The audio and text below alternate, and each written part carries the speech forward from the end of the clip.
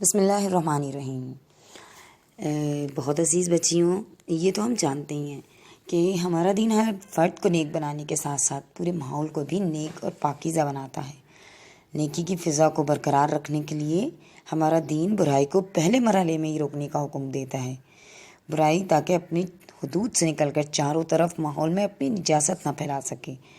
اس حقیقت کو اس حدیث سے مثال کے ذریعے واضح بھی کر دیا گیا ہے کہ نبی کریم صلی اللہ علیہ وسلم نے فرمایا، وہ شخص جو اللہ کے کام کو توڑتا ہے اور وہ جو اللہ کے کام کو توڑتے ہوئے دیکھتا ہے مگر اسے ٹوکتا نہیں ہے، اس کے ساتھ رواداری برتتا ہے۔ ان دونوں کی مثال دے کے بتایا وہ ایسی ہے جیسے کہ کچھ لوگ ایک کشتی میں بیٹھے ہوئے ہیں، ان میں مختلف قسم کے درجے ہیں، کچھ اوپر رہتے ہیں کچھ نیچے رہتے ہیں نا، اور اوپر کے حصے میں بیٹھے ہوئے اور چند نچلے حصے کے کشتی میں لوگ بیٹھے ہوئے ہیں، لیکن نیچے والے پانی کے لیے اوپر والوں کے پاس سے گزرتے ہیں تاکہ دریا سے پانی بھریں، تو اوپر والوں کو ان سے تکلیف ہوتی ہے۔ آخر کار نیچے کے لوگ کشتی کے پیندے میں سوراخ کرنے لگتے ہیں، اوپر کے لوگ ان کے پاس آتے ہیں اور کہتے ہیں، یہ تم کیا کر رہے ہو؟ انہوں نے کہا کہ ہمیں پانی کی ضرورت ہے اور دریا سے پانی اوپر جا کر ہی بھرا جا سکتا ہے، اور تم ہمارے آنے جانے سے تکلیف محسوس کرتے ہو تو اب کشتی کے تختوں کو توڑ کر دریا سے پانی حاصل کر رہے ہیں۔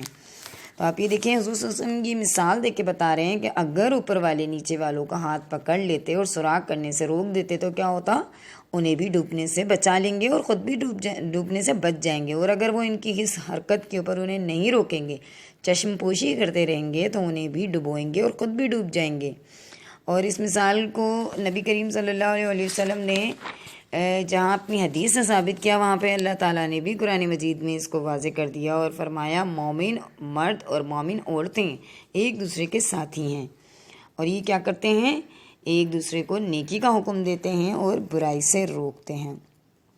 اور ہم یہ دیکھیں کہ یہ جو نیکی کا حکم دینا ہے، اس کو ہم امر بالمعروف کہتے ہیں، اور امر بالمعروف اور نہی عن المنکر کا فریضہ جو ہے وہ ہر مومن مرد اور عورت کے لیے ہے۔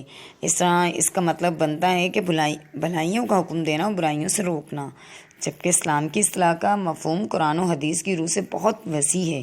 امر بالمعروف کا مفہوم اسلام کو سمجھ کر اس کے ہر پہلو پر خود عمل کرنا اور دوسروں کو بھی اس پر عمل کروانا ہے، اور اسلام نے جن کاموں کو منع کرنے سے حکم دیے اس سے خود بھی بچتے رہنا ہے اور دوسروں کو بھی بچانے کی کوشش کرنی ہے۔ اس کے فوائد دیکھیں پیاری بہنوں، جب کسی جگہ پر کچھ افراد ایسے ہوتے ہیں جو امر بالمعروف اور نہی عن المنکر کا حق ادا کرتے ہیں تو کیا ہوتا ہے؟ ہر طرف نیکیاں پھیلتی ہیں، ہے نا، برائیاں کم ہو جاتی ہیں۔ ہم ماحول کا اپنا خود مشاہدہ کریں کہ ماحول پاکیزہ ہونے لگتا ہے، نیکیاں کرنا آسان ہو جاتی ہیں، دوسروں کی اصلاح کی وجہ سے اپنی اصلاح کرنی بھی آسان ہو جاتی ہے، اور لوگ ایک دوسرے کے خیر خواہ اور اللہ کا دین بھی پھیلتا رہتا ہے۔ اسی طریقے سورہ لقمان میں بھی اللہ پاک فرما رہے ہیں کہ اے میرے بیٹے، نماز قائم کرو، معروف کا حکم دو اور برائیوں سے روکو۔ ہر نبی، ہر امت کا جتنے بھی دنیا میں پیغمبر آئے، انہوں نے اپنے بچوں کو یہی حکم دیا کہ برائی سے روکنا ہے۔ اور پیاری بہنوں، اگر ہم برائی کو نہیں روکتے ہیں تو اس کا انجام بھی بہت برا ہوتا ہے۔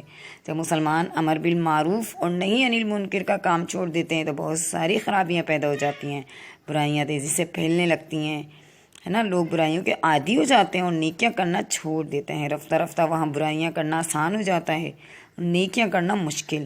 ایسے معاشرے میں برے لوگوں کی عزت کی نگاہ سے دیکھا جاتا ہے، دنیا داری بڑھ جاتی ہے، دینداری کی اہمیت ختم۔ ہر کوئی اپنے مسلمان بھائی کی فکر کرنے کے بجائے اپنی فکر میں لگا رہتا ہے اور لوگ خود غرض ہو جاتے ہیں۔ ان حالات میں اللہ کی رحمتیں، برکتیں بھی نازل نہیں ہوتی۔ اللہ کا عذاب کسی بھی وقت اور کسی بھی شکل میں آ سکتا ہے۔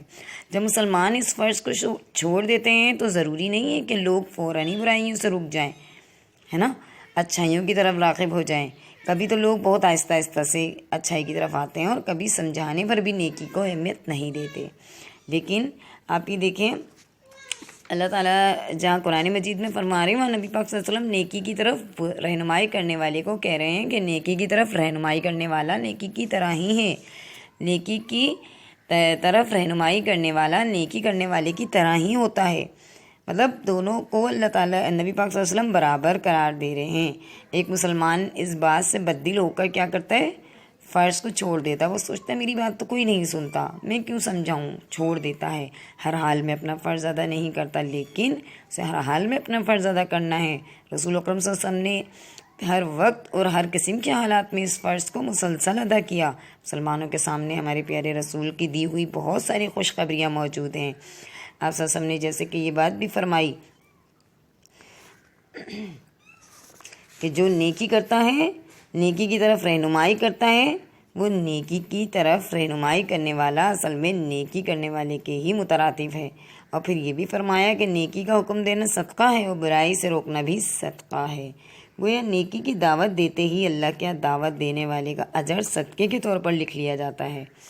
اور پھر ہم یہ دیکھیں کہ حضور صلی اللہ علیہ وسلم نے ہمیں ابھی پچھلی اس میں نے بتایا کہ جو مثال دی تھی اس کے لیے اگر ہم یہ دیکھیں کہ اس مثال میں کتنے پیارے انداز میں برائی کو پہلے مرحلے میں روکنے کی اہمیت بتائی گئی ہے۔ اب اگر وہ کشتی کی مثال جو میں نے آپ کو دی، اگر وہ کشتی کی مثال یعنی کہ معاشرے سے ہم لے لیں تو جس طرح کشتی کے پیندے میں سوراخ کرنے سے ساری کشتی ڈوب گئی، اسی طرح معاشرے میں برائیاں پھیلنے والا ایک فرد بالاخر تمام معاشرے کو لے ڈوبے گا۔ جس طرح کشتی میں سوراخ کرنے والے کو فوراً روکنا ضروری ہے، اسی طرح معاشرے میں برائی پھیلانے والے کو بھی پہلے مرحلے میں پیاری بہنوں روکنا ضروری ہے، ورنہ یہ برائی آہستہ آہستہ پورے معاشرے میں پھیل جائے گی اور جہاں کھلے عام گناہ ہوتے رہیں گے اور عذاب اللہ کا کسی بھی وقت آ سکتا ہے۔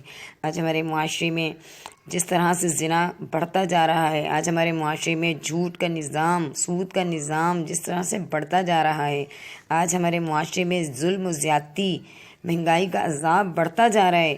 پیاری بہنوں، یہ ظلم نہیں تو اور کیا ہے؟ اگر ہم اس کو روکنے والے نہیں بنیں گے تو ایسا نہ ہو کہ ہم بھی انہی لوگوں میں شامل ہو جائیں جو برائی کرنے والے ہیں۔ تو آئیے ہم سب مل کر آج سے یہ عہد کریں کہ ہم ان لوگوں میں شامل ہو جائیں جو برائی پھیلانے والے نہیں ہیں بلکہ برائی کو روکنے والے ہیں، اور صرف برائی کو روکنے والے نہیں بلکہ برائی کو پہلے ہی مرحلے میں روک دینا ہماری اولین ذمہ داری بنتا ہے۔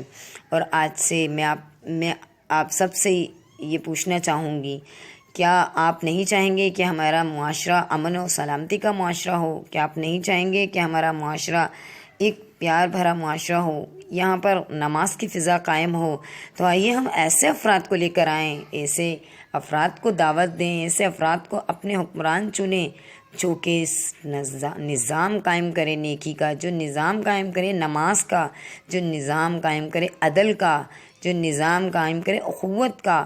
تو پیاری بہنوں، ہم خود بھی اخوت اور اسلامی کے اوپر غور و فکر کرنا چاہتے ہیں، اور ہم چاہتے ہیں کہ ہمارا معاشرہ بھی اخوت اسلامی کی فضا کو قائم کرنے والا بنائے۔